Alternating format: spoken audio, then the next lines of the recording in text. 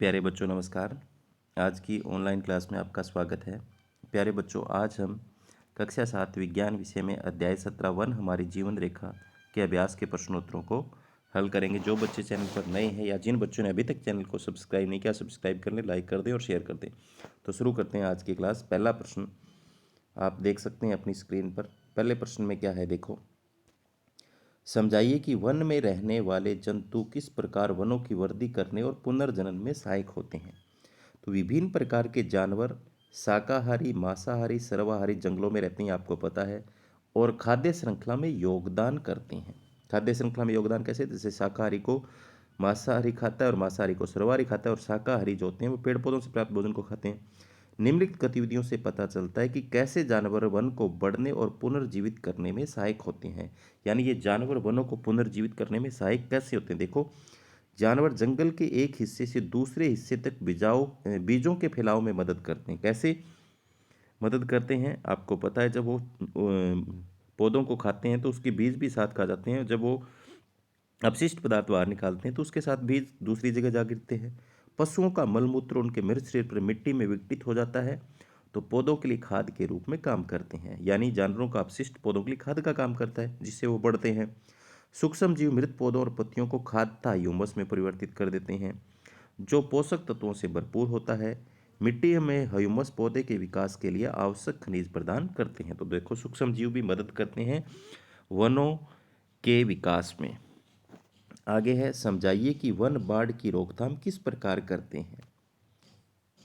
One वर्षा के प्राकृतिक अवशोषक के रूप में कार्य करते हैं। अगर आप वन में जाएं और वहां पर देखें, बारिश के 10 मिनट बाद देखें तो उसमें पानी नहीं मिलता, क्योंकि वन के अंदर पौधे होते हैं, पौधे पानी को सोख लेते हैं, जमीन में डाल देते हैं। जब बारिश का पानी पेड़ों और पौधों की पत्तियों पर गिरता है तो सीधे जमीन पर नहीं गिरता, यह धीरे धीरे वन भूमि पर पहुंचता है और अवशोषित कर लिया जाता है। इस प्रकार वन न केवल जल को अवशोषित करते हैं, बल्कि मिट्टी की कटाई और बाढ़ को भी रोकते हैं। अपघटक किसे कहते हैं? प्रश्न नंबर 3, इनमें से किन्हीं दो के नाम बताइए। वन में क्या करते हैं? सूक्ष्म जीव जो मृत पौधों और जानवरों को ह्यूमस में परिवर्तित करते हैं उन्हें अपघटक कहते हैं। जैसे कोई जानवर, जीव जंतु मर गया या सड़ी गली वनस्पति, उसको सूक्ष्म जीव क्या करते हैं? काले रंग के पदार्थ में बदल देते हैं, जिसे ह्यूमस कहते हैं। उदाहरणतः मशरूम और बैक्टीरिया ये काम करते हैं। अपघटक मृत पदार्थों को ह्यूमस में परिवर्तित कर देते हैं, जो वन की मिट्टी के साथ मिश्रित हो जाता है। यह पौधों को आवश्यक पोषक तत्व प्रदान करता है। इस प्रकार अपघटक मिट्टी में आवश्यक पोषक तत्वों के संतुलन को बनाए रखने में मदद करते हैं। अपघटक जो होते हैं वो मिट्टी में आवश्यक पोषक तत्वों के संतुलन को बनाए रखने में सहायता करते हैं। आगे है, वायुमंडल में ऑक्सीजन और कार्बन डाइऑक्साइड के बीच संतुलन को बनाए रखने में वनों की भूमिका को समझाइए। तो वायुमंडल में ऑक्सीजन और कार्बन डाइऑक्साइड के बीच संतुलन बनाए रखने में वन महत्वपूर्ण भूमिका निभाते हैं। आपको पता है, वन एक आत्म निर्भर प्रणाली की तरह काम करते हैं। जंगल में कुछ भी उत्पन्न होता है उसका उपयोग जंगल के विभिन्न घटकों द्वारा किया जाता है। श्वसन के दौरान पशु तथा पेड़ पौधे ऑक्सीजन लेते हैं और कार्बन डाइऑक्साइड छोड़ते हैं। सांस लेंगे तो कार्बन डाइऑक्साइड छोड़ेंगे। पौधे कार्बन डाइऑक्साइड को प्रकाश संश्लेषण की प्रक्रिया के माध्यम से ऑक्सीजन में बदल देते हैं। देखो, यहाँ तक कि कचरे को भी जंगल में उपयोगी पदार्थों में बदल दिया जाता है। तो इसलिए वन ऑक्सीजन और कार्बन डाइऑक्साइड के बीच संतुलन को बनाए रखने में सहायक है। आगे है, समझाइए कि वनों में कुछ भी व्यर्थ नहीं होता, क्यों?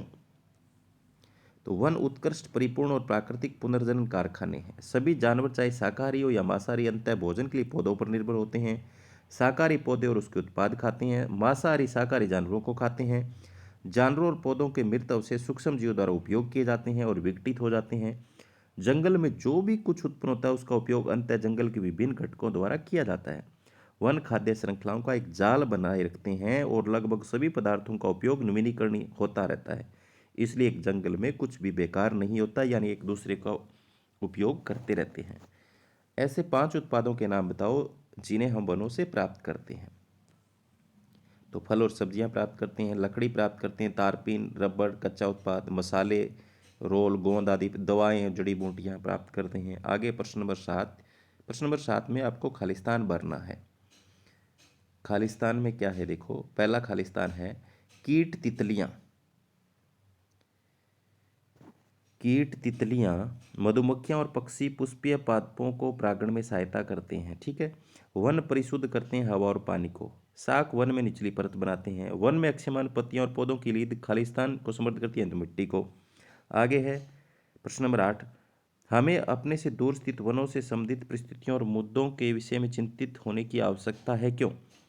वन हमारे महत्वपूर्ण संसाधनों में से एक है। हमें निम्नलिखित कारणों से वन के संबंधित मुद्दों के बारे में सावधान चाहिए। नंबर 1, यदि जंगल नहीं होंगे तो अधिक बाढ़ और मिट्टी का कटाव होगा।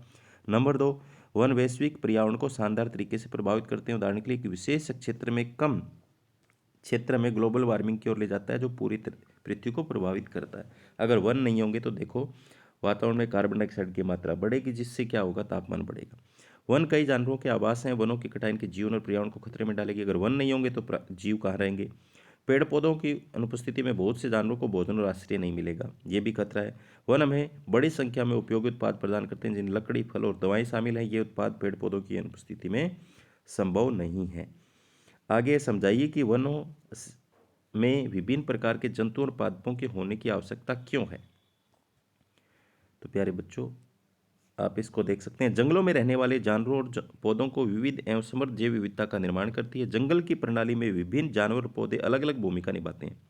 उदाहरण के लिए हरे पौधे को खाने और मांसाहारियों को भोजन के लिए शाकाहारी जानवरों की आवश्यकता होती है। इसी तरह मांसाहारियों को भोजन और उनकी आबादी की जांच करने के लिए मांसाहारी जानवरों की जरूरत होती है। यह जैव विविधता जंगलों को अधिक उत्पादक, स्थिर और लचीला बनाती है। यदि घास नहीं होती तो शाकाहारी जीव मर जाते। यदि मांसाहारी नहीं होते तो शाकाहारी पौधे खा जाते और भोजन की कमी हो जाती। यदि कोई अपघटक नहीं है तो पौधों और जानवरों को के मृत अवशेष पर्यावरण को प्रदूषित करेंगे। ऐसे जैव विविधता के कारण ही प्रकृति में संतुलन बना रहता है।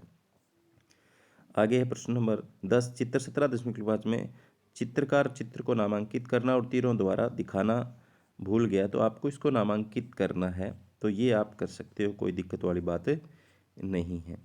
आगे निम्नलिखित में से कौन सा उत्पाद नहीं है? गोंद, प्लाईवुड, सील करने की लाख, कैरोसिन। तो कैरोसिन जो है वन उत्पाद नहीं है, बाकी वन उत्पाद है। आगे प्रश्न नंबर 12। निम्नलिखित में कौन सा वक्तव्य सही नहीं है? तो इसमें दूसरा, वन में पादप और जंतु एक दूसरे पर निर्भर नहीं होती, ये गलत दिया हुआ है। सूक्ष्म जीवों द्वारा मृत पादपों पर क्रिया करने से बनने वाले उत्पाद का नाम तो ह्यूमस बनता है। ऑप्शन नंबर 3 इसका सही है।